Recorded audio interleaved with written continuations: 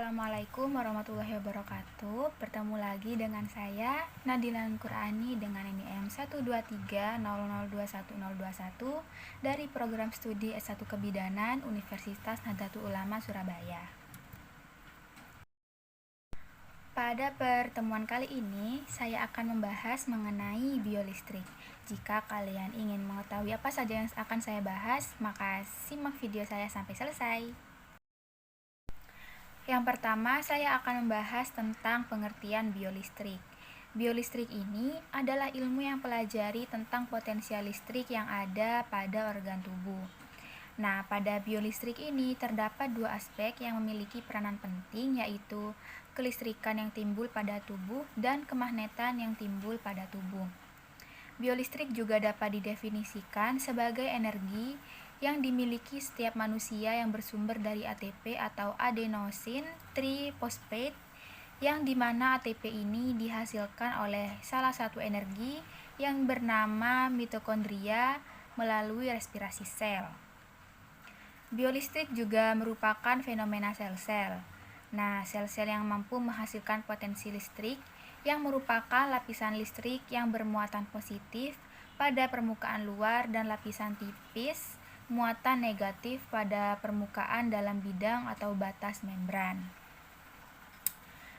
Kemampuan sel saraf atau neuron ini sangat penting untuk menghantarkan isyarat biolistrik, transmisi sinyal biolistrik atau TSB yang mempunyai sebuah alat yang dinamakan dendris yang berfungsi sebagai mentransmisi isyarat dari sensor ke neuron. Yang kedua, saya akan membahas tentang macam-macam gelombang. Gelombang ini adalah getaran. Getaran ini akan bergerak dari suatu tempat ke tempat yang lain dengan menggunakan media tertentu. Gelombang juga dapat bergerak tanpa melalui media, seperti di ruangan yang hampa. Jadi, gelombang ini adalah getaran yang bisa berulang dan bisa merambat melalui media tertentu atau bahkan tanpa media apapun. Gelombang juga terdapat pada medium karena adanya perubahan bentuk yang menimbulkan gaya pegas di mana dapat berjalan dan juga memindahkan energi dari suatu tempat ke tempat yang lain tanpa membuat partikel medium itu berpindah secara permanen. Selanjutnya ini adalah macam-macam gelombang. Di sini saya akan menjelaskan beberapa macam gelombang berdasarkan beberapa kategorinya. Nah, macam-macam gelombang di teori yang pertama yaitu gelombang menurut arah getaran. Gelombang menurut arah getaran ini dibagi menjadi dua, yaitu gelombang longitudinal dan gelombang transversal. Gelombang longitudinal ini adalah gelombang yang bergerak secara paralel atau bertepatan terhadap arah rambat, atau bisa disebut juga sebagai gelombang dengan perpindahan media dalam arah yang sama atau berlawanan dengan arah propagasi gelombang. Dalam gelombang longitudinal, perpindahan medianya sejajar dengan rambatan gelombang. Selanjutnya, gelombang transversal. Gelombang transversal ini merupakan gelombang yang arah getarannya tegak lurus dengan arah yang rambat, di mana perpindahan mediumnya berada pada sudut yang tepat terhadap arah rambat. Dapat meliputi gelombang tali, gelombang pada cahaya, dan gelombang pada permukaan.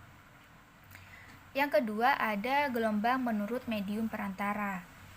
Gelombang menurut medium perantara ini dibagi menjadi dua lagi, yaitu ada gelombang elektromagnetik dan gelombang mekanis. Gelombang elektromagnetik merupakan gelombang yang tidak membutuhkan medium atau perantara dalam proses perambatannya. Dapat ditemukan pada gelombang sinar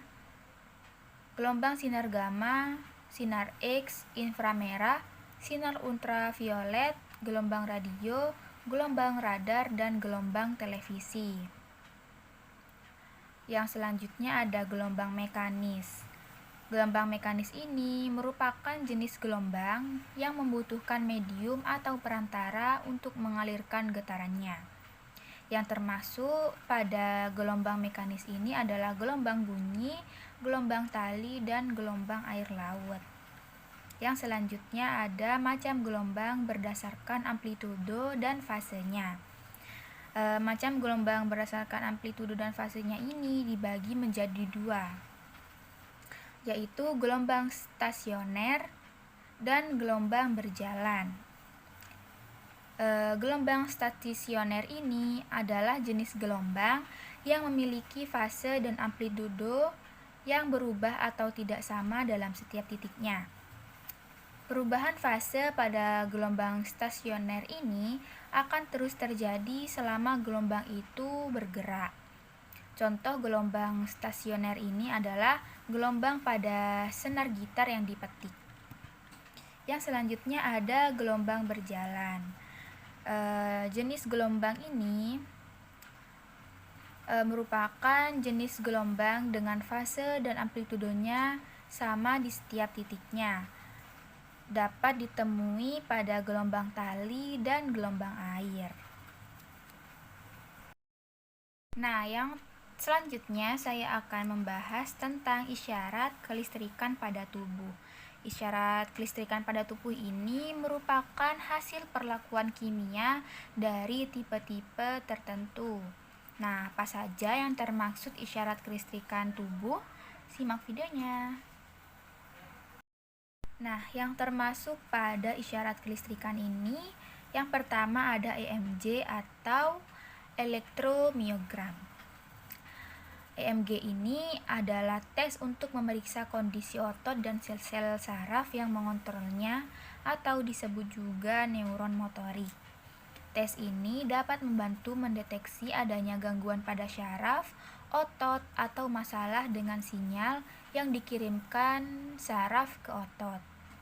Teknik yang digunakan EMG ini digunakan untuk mengevaluasi fungsi saraf dan otot dengan cara merekam aktivitas listrik yang dihasilkan oleh otot skeletal. Sebagai informasi, neuron motorik mengirimkan sinyal listrik ke otot yang menyebabkan otot berkontraksi atau bereaksi dengan cara tertentu. Pada tes EMG, sinyal listrik dan respon otot terhadap rangsangan saraf inilah yang kemudian diukur untuk membantu menemukan masalah pada syaraf dan otot. Melalui tes tersebut, perangkat kecil yang disebut elektroda digunakan untuk menerjemahkan sinyal listrik menjadi grafik, suara, atau nilai numerik yang kemudian dapat diinterpretasikan oleh tim medis. Fungsi dari EMG ini yaitu untuk membantu diagnosis berbagai gangguan otot dan sistem saraf. Tes ini merupakan cara untuk mengevaluasi fungsi saraf dan otot dengan cara merekam aktivitas fisik yang dihasilkan oleh otot. Isyarat kelistrikan yang kedua yaitu elektrokardiogram atau EKG. EKG ini merupakan pemeriksaan untuk mengukur dan merekam aktivitas listrik pada jantung, yang merupakan salah satu tes untuk mengevaluasi jantung. EKG ini umumnya dilakukan untuk memeriksa kondisi jantung dan menilai efektivitas pengobatan pada jantung. Elektrokardiogram dilakukan menggunakan mesin pendeteksi impuls listrik jantung yang disebut elektrokardiograf. Dengan alat tersebut, impuls atau aktivitas listrik jantung akan terpantau dan tampak berupa grafis yang ditampilkan di layar monitor. Sistem kerja dari elektrokardiograf yaitu merekam sinyal elektrik yang berkaitan dengan aktivitas jantung dan menghasilkan grafik rekaman tegangan listrik terhadap waktu. Tiap kali jantung berdetak, aliran listrik akan mengalir dan memicu kontraksi otot jantung. Kontraksi otot jantung ini menyebabkan jantung mampu memompa darah ke seluruh tubuh. Pada pemeriksaan EKG ini, aliran jantung akan direkam oleh mesin dan hasilnya akan diperiksa untuk melihat ada atau tidaknya gangguan kerusakan pada jantung. Fungsi dari pemeriksaan EKG ini yaitu memeriksa kondisi jantung dan menilai efektivitas pengobatan penyakit jantung, membantu menemukan gangguan elektrolis, contohnya hiperkalemia dan hipokalemia, mendeteksi adanya ritme jantung yang tidak normal yang dapat menyebabkan terbentuknya gumpalan darah di pembuluh darah. Yang keempat, EKG ini dapat mendeteksi apakah jantung seseorang itu normal atau tidak. Dan yang terakhir, mengetahui penyebab keluhan yang terjadi pada jantung. Yang ketiga yaitu ECG atau elektrogastogram. Elektrogastogram ini merupakan suatu gerakan yang terjadi pada otot-otot di saluran pencernaan yang menimbulkan gerakan semacam gelombang, sehingga menimbulkan efek menyedot atau menelan makanan yang masuk ke dalam saluran pencernaan. ECG ini adalah pemeriksaan yang dilakukan untuk mengukur aktivitas elektrik pada lambung selama dan setelah makan. Cara kerja ECG ini yaitu elektroda yang ditempelkan pada bagian atas perut guna memonitor aktivitas listrik yang dihasilkan oleh otot lambung. Fungsi dari ECG ini yaitu membantu menyembuhkan dispepsia atau gastritis dan berfungsi untuk memperbaiki aktivitas miolektik pada lambung. Sampai saat ini, ECG itu tidak ditujukan untuk mendiagnosis penyakit lambung yang spesifik. Namun, prosedur ini dapat digunakan sebagai data penunjang mengenai ada tidaknya gangguan motorik pada beberapa penyakit lambung. Misalnya gastroparesis dan dispepsia fungsional. Yang keempat ada ENG atau kepanjangannya elektroneurogram. Elektroneurogram ini merupakan sebuah alat untuk mengatur kelistrikan syaraf yang dapat menghasilkan data kelistrikan. Sistem kerja dari ENG atau elektroneurogram ini yaitu menempelkan elektroda di jaringan syaraf. Nah, aktivitas listrik yang dihasilkan oleh neuron dihasilkan oleh elektroda dan dikirimkan ke sistem akuisisi yang biasanya memungkinkan untuk memvisualisasikan aktivitas pada neuron.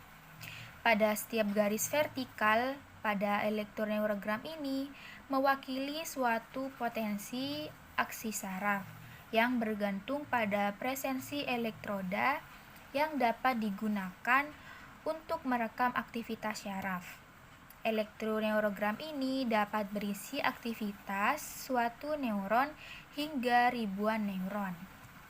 Fungsi dari ENG ini untuk mengukur aktivitas kelistrikan dari sel-sel saraf di otak, terutama pada area sentral dan perifer.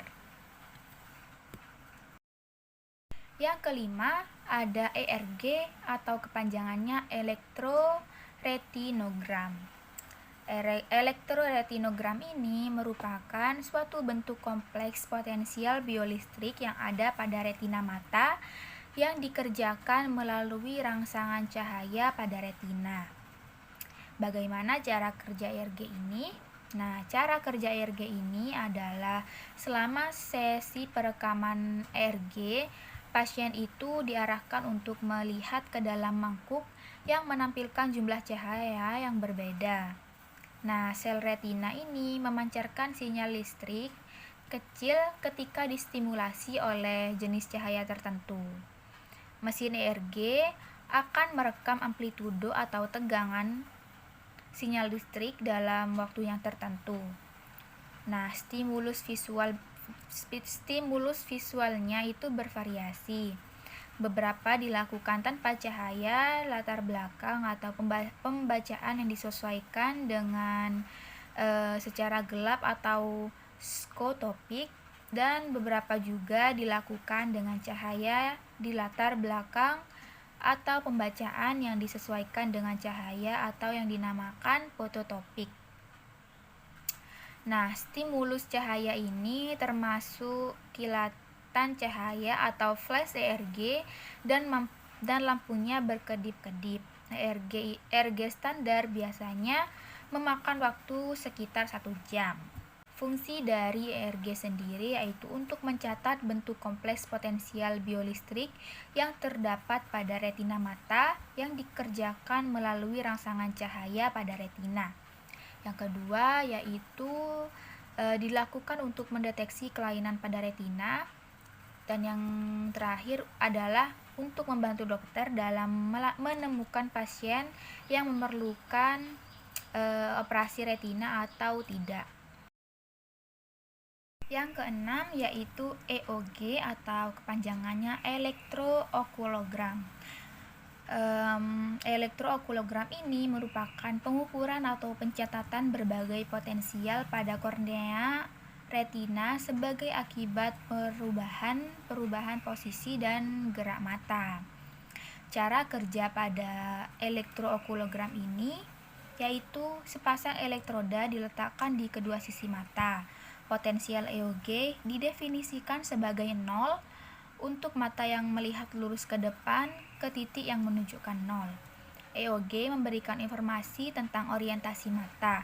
Selain itu, kecepatan angular dan percepatan angularnya juga dapat ditentukan. EOG lebih banyak digunakan untuk penelitian. Telah banyak studi EOG untuk menentukan efek obat pada gerakan mata sewaktu tidur dan sewaktu mencari sesuatu dengan mata.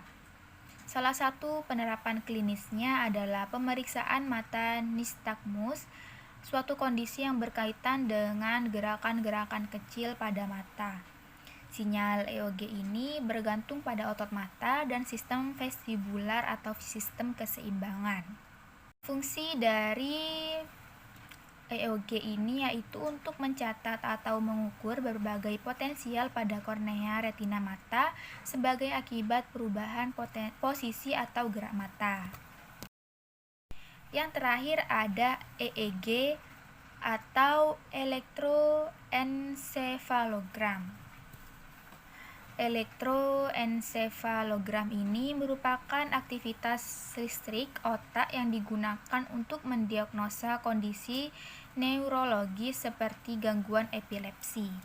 Cara kerja dari EEG ini yaitu mengukur atau menempatkan elektroda di kulit kepala melalui tengkorak yang tidak dibuka atau dengan elektroda yang diletakkan di atas kepala atau di dalam otak. Fungsi dari EEG ini yaitu 1. Mendiagnosa dan mengklasifikasikan epilepsi, 2. Mendiagnosa cedera di ruang lain, 3. Memonitor aktivitas otak saat seseorang itu sedang menerima anestesi, dan 4. Mendiagnosa cedera pada kepala. Nah, itu saja yang dapat saya sampaikan mengenai biolistrik. Semoga apa yang saya sampaikan tadi dapat bermanfaat bagi kita semua. Sekian dari saya, terima kasih telah menonton video saya sampai akhir. Mungkin itu saja. Wassalamualaikum warahmatullahi wabarakatuh.